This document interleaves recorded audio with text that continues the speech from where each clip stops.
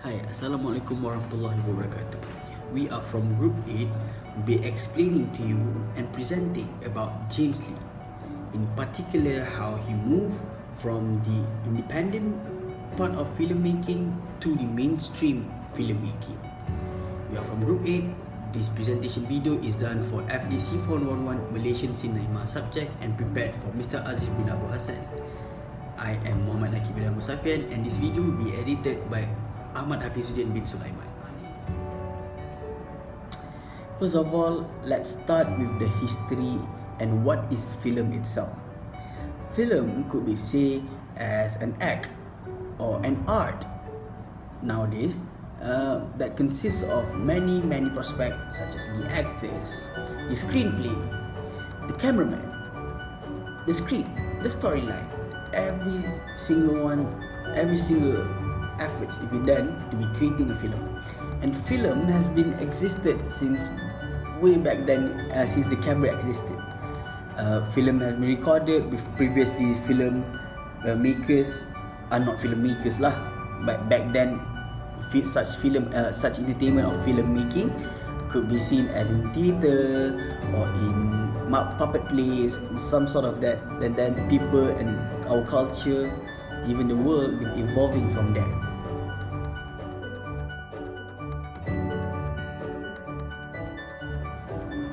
So now we'll be talking about James Lee in particular. Who is James Lee? James Lee is Lee Tim Hang, known better as James Lee lah, regarded as the pioneer of Malaysian digital movement. So James Lee is born in the city of Ipoh Perak in the year of 1973. He is in his young age, he's a good student, was even elected as the head prefect for his school. He has a diploma in graphic design, and he back then, before his filmmaking era, or before he worked as a filmmaker, he worked as a creative director and earning a 4-figure income. It's quite a lot. And then later, he don't want to work in a desk, behind a desk. He want to go for art, making films, great films for Malaysia. Now he is close up to 40 features and short films ranging from art house to commercial box office successes. His cinematic works have been regular features in regional film festival in recent years. He could be considered as quite popular, and up to now he's very quite known in the filmmaking industry at the international and global level.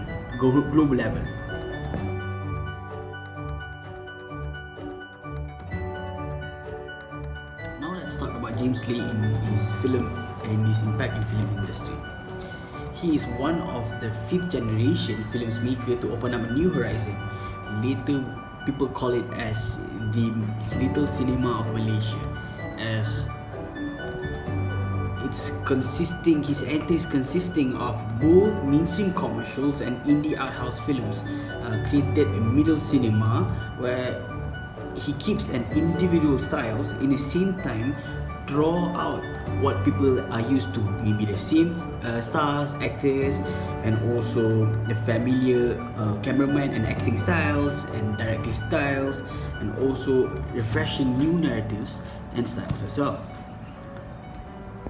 Particular of his cinematography, he has this still life which utilize a static camera points out catch his scenes, a unique trademark during his early years. During his early years, he's much more particular about using his still life, which utilize a static camera point of view for his films and arts.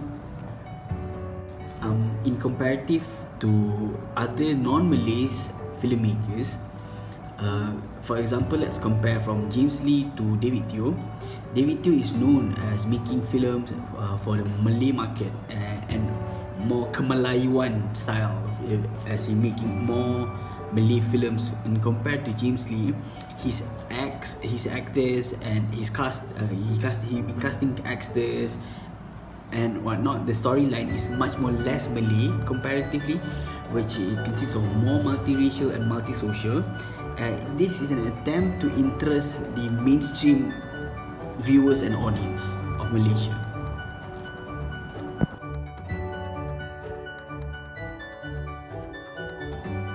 Okay, in 2001, James Lee has debuted in film industry with a feature film titled Snipers.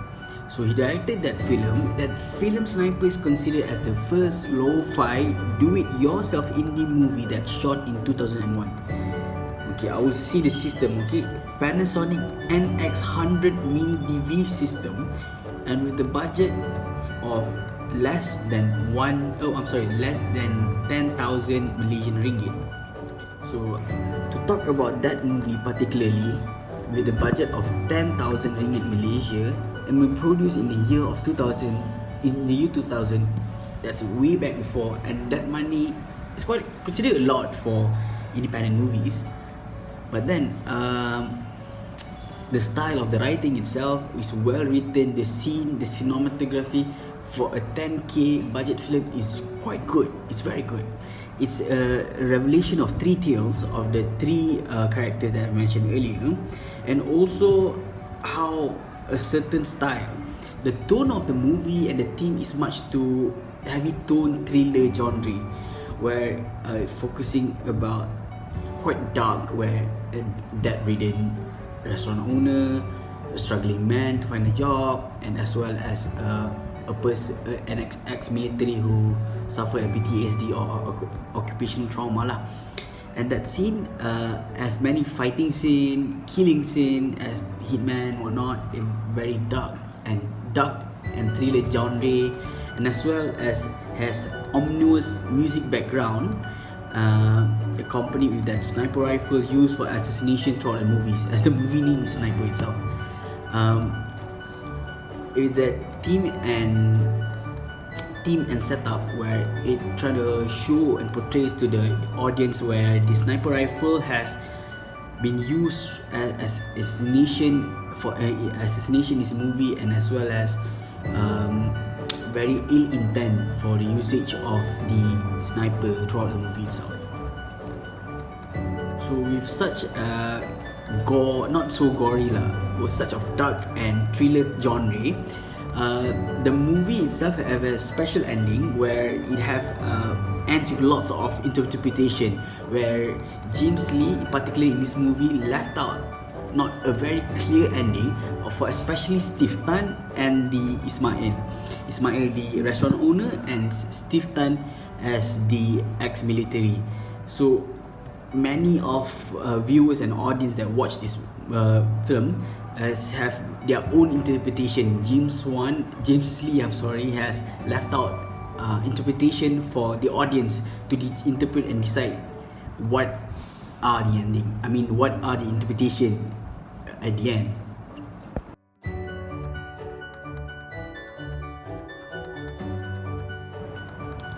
Okay, now let's move on to the next part.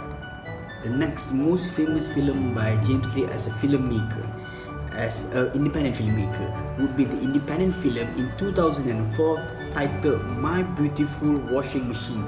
You get it right. Beautiful Washing Machine is about a washing machine as the main character. He's such a good concept, such a new concept, where the concept of quite alienated concept, where focusing about a washing machine to be the main character.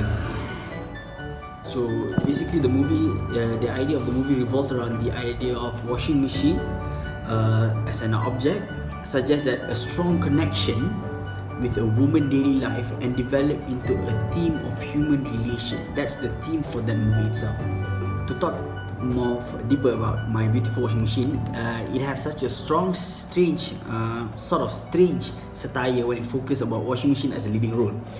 The film set is in Kuala Lumpur, nighttime areas, more to urban nighttime areas, focusing about supermarkets, car park, but about washing machine in supermarket, car parks and whatnot in nighttime.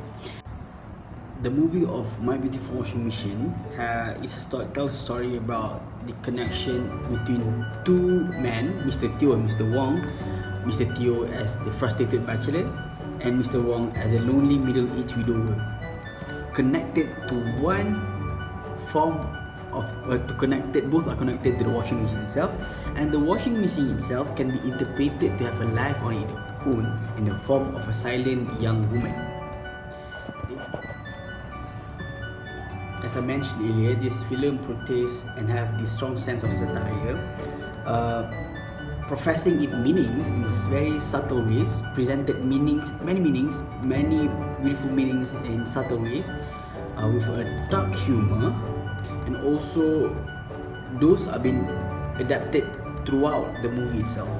Very subtle, dark humor, satire performances, Hence, this reduced the peculiar scenes in the film incorporated with expression, lack of dialogue, emphasis of visual implication, which James Lee adopted the style from Tsai Ming Liang, a Taiwanese filmmaker, but he as well has make it in his own style, but he been referring to that point lah, in the way of making My Beautiful Washing Machine 2004.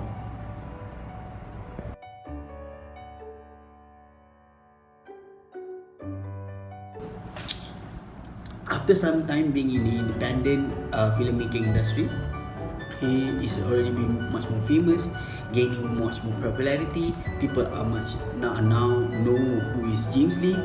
Now he moved from independent filmmaking industry to mainstream filmmaking industry.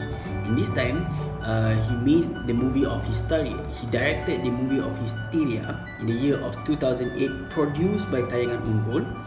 It's the first mainstream horror Malay language movie that eventually made the box office. In a particular time in the year of 2008, directed by James Lee.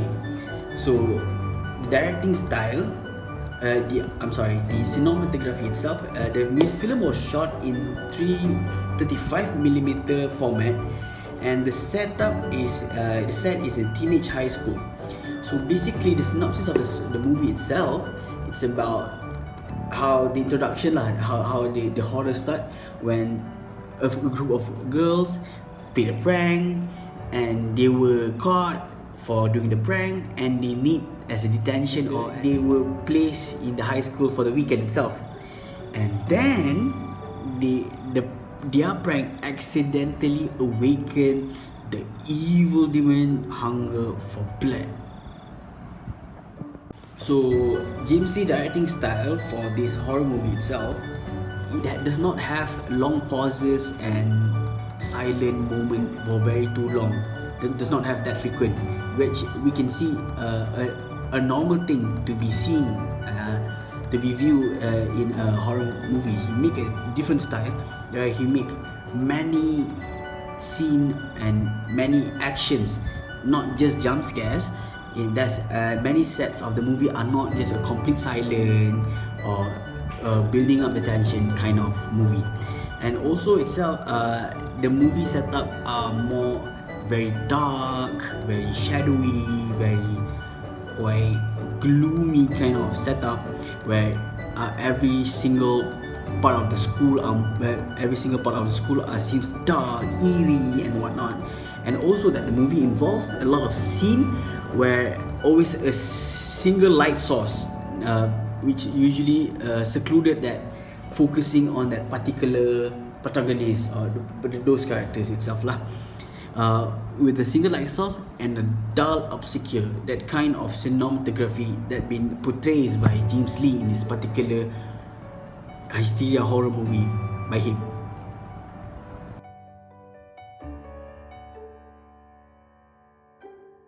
As we can see, James Lee has spent his work way from mainstream media back then when he's doing independent film. You can see his contribution as pioneer of digital film movement, and also making the Little Cinema of Malaysia scene itself. And he also worked from various kind of genre, melodramatic, dramatic itself, sad movies, horror movies, and even comedy movies. He also go from dark humor, satire, to a serious one, to like reality check, and also oftentimes pointing out the taboo norms or stereotypes or racism issues in Malaysia, in Malaysian society itself. what we believe is James Lee trying to propose something new, something different, something that people are too scared to touch on, to talk, but he portrays it in his work, in his dedication, and his films.